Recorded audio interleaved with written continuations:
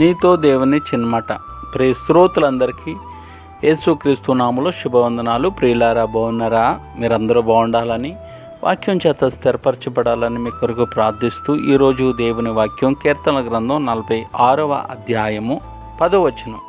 ఊరకుండుడి, నేనే దేవుడనని తెలుసుకునుడి. అన్యజనులలో నేను మహోన్నతుడనగుదును, భూమి మీద నేను మహోన్నతుడనగుదును. ప్రభునందు ప్రియులారా, అక్కడ చెప్పబడుతున్న మాట ఊరకుండుడి, నేనే దేవుడనని తెలుసుకుంది. అన్యజనుల్లో నేను మహోన్నతుడగుదును, భూమి మీద నేను మహోన్నతుడగుదును. ఊరకుండుడి అను హెబ్రీ మాటకు మీ చేతులు తీసివేయండి అని అర్థం.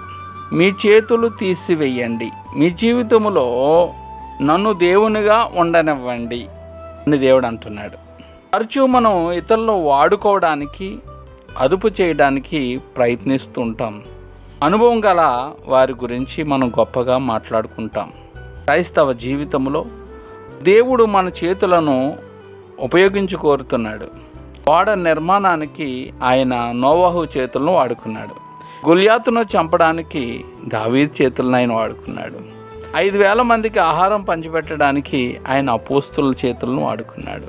కానీ కొన్నిసార్లు దేవుని హస్తమే కొన్ని కార్యాలను చేస్తుంది. కొన్నిసార్లు మన చేతులను దేవుడు వాడుకోవడానికి ఇష్టపడుతున్నాడు. మన చేతులను చెడుకు వాడుతున్నామా, స్వార్థపూరితంగా కుట్ర పన్నడానికి లేక తంత్రాలు కల్పించడానికి వాడుతున్నామా? ఒకసారి మనం పరిశీలించుకొని మన చేతులను ఆయనకు అప్పగించినట్లయితే ఆయన కార్యముల నిమిత్తము నీ చేతులను వాడుకొని నిన్ను, నీ కుటుంబాన్ని ఆయన దీవించినై ఉన్నాడు.